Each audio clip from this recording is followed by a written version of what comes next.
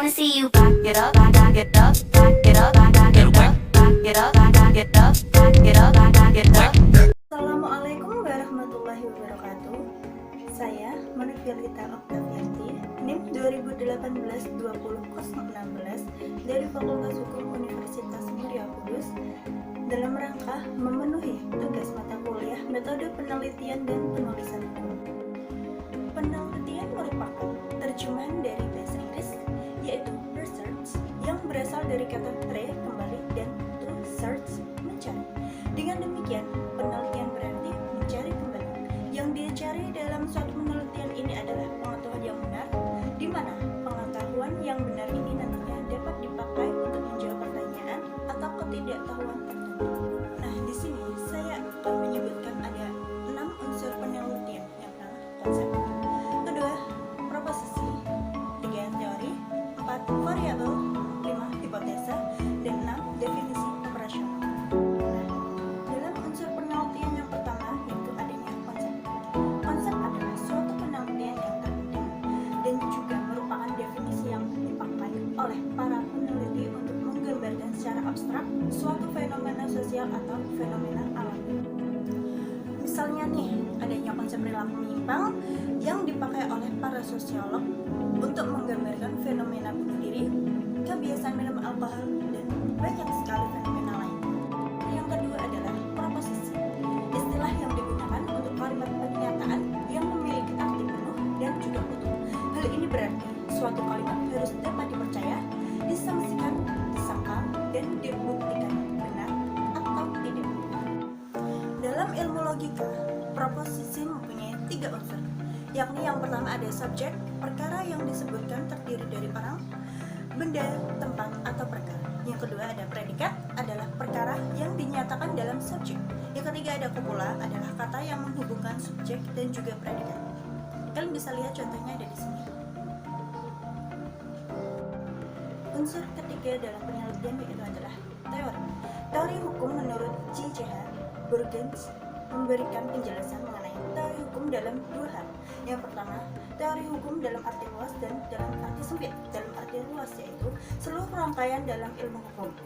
Sedangkan dalam arti sempit adalah merupakan keseluruhan pernyataan yang saling berkaitan dengan sistem konseptual, aturan-aturan hukum, dan putusan-putusan. Berikut ini merupakan pengertian ilmu hukum menurut para ahli. Yang pertama ada teori hukum alam, yaitu teori yang menjelaskan bahwa hukum berasal dari Tuhan atau rasionalitas manusia yang bersifat universal. Yang kedua ada teori hukum positivisme, yaitu teori yang menjelaskan bahwa hukum adalah suatu perintah yang berbentuk peraturan perundang-undangan yang dibuat secara formal oleh lembaga yang diberi kewenangan. Yang ketiga ada teori hukum murni, yaitu teori yang menjelaskan bahwa hukum adalah terdiri dari sistem norma dan mempunyai hierarki yang mana norma lebih bawah harus mengacu pada norma yang lebih atas dan norma yang tertinggi disebut norma dasar atau basic norma. Yang keempat ada teori utilitarianisme, yaitu teori yang menjelaskan bahwa hukum harus dibuat demi kemanfaatan banyak orang. Hukum tersebut harus melindungi bagi orang yang menaati dan menciptakan kebahagiaan dan memberi sanksi bagi orang yang melanggar. Yang kelima ada teori realisme hukum, yaitu teori yang menjelaskan bahwa hukum tidak saja merupakan susunan norma yang terpisah dari kehidupan sosial. Hukum harus berkembang sesuai dengan perkembangan. Yang keenam ada hukum antropologi, yaitu teori yang menjelaskan bahwa hukum tumbuh dan berkembang sesuai jiwa dan nilai yang hidup dalam masyarakat. Dan hukum akan mati jika masyarakat kehilangan nilai-nilai tersebut. Yang ketujuh ada teori hukum kritis, yaitu teori yang menjelaskan bahwa hukum adalah bagian dari alat kerja politik, sehingga untuk merubah hukum diperlukan proses dekonstruksi. Berikut merupakan syarat-syarat yang harus dipenuhi oleh sebuah teori, yaitu 1. Logis dan konsisten, yaitu dapat diterima oleh akal sehat dan tidak adanya hal-hal yang saling bertentangan dalam kerangka pemikiran tersebut. Yang kedua, teori terdiri dari pernyataan-pernyataan yang mempunyai interrelasi yang serasi mengenai gejala tertentu. Yang ketiga, pernyataan di dalam sebuah teori mencakup semua unsur-unsur dari gejala yang termasuk ruang lingkupnya. Yang keempat, tidak boleh terjadi duplikasi dalam pernyataan-pernyataan tersebut. Yang kelima, teori harus dapat diuji kebenarannya secara empiris. Unsur yang keempat ada variabel. Yang pertama sebagai variabel penyebab atau independent variable yang menimbulkan akibat-akibat dari berbagai segi kehidupan sosial. Yang kedua ada variabel akibat atau dependent variable yang muncul sebagai hasil akhir atau resultat dari berbagai kekuatan dalam proses sosial. Unsur yang kelima ada hipotesa. Hipotesis penelitian adalah merupakan kesimpulan penelaah teoritis terhadap permasalahan penelitian yang masih harus diuji kebenarannya secara empiris. Karena fungsinya yang demikian itu, maka yang pertama adalah tidak boleh berwujud pertanyaan atau permasalahan. Yang kedua, harus merupakan jawaban pemecahan permasalahan yang dirumuskan dalam bentuk pernyataan atau statement. Yang ketiga, ditolak jika salah. Yang keempat, diterima jika fakta-fakta membenarkan.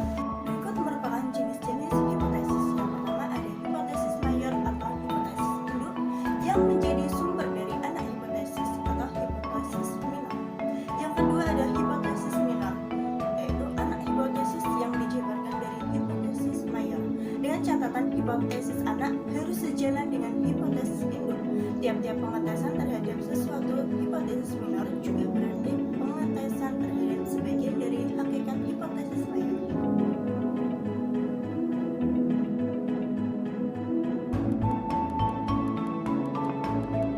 Unsur yang terakhir dari sebuah penelitian yaitu definisi operasional.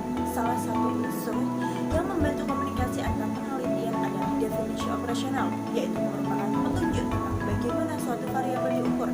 Dengan membaca definisi operasional dalam suatu penelitian, seorang peneliti akan mengetahui pengukuran suatu variabel, sehingga penelitian dapat mengetahui baik buruk pengukuran tersebut. Berikut merupakan langkah-langkah penyusunan definisi operasional yang baik.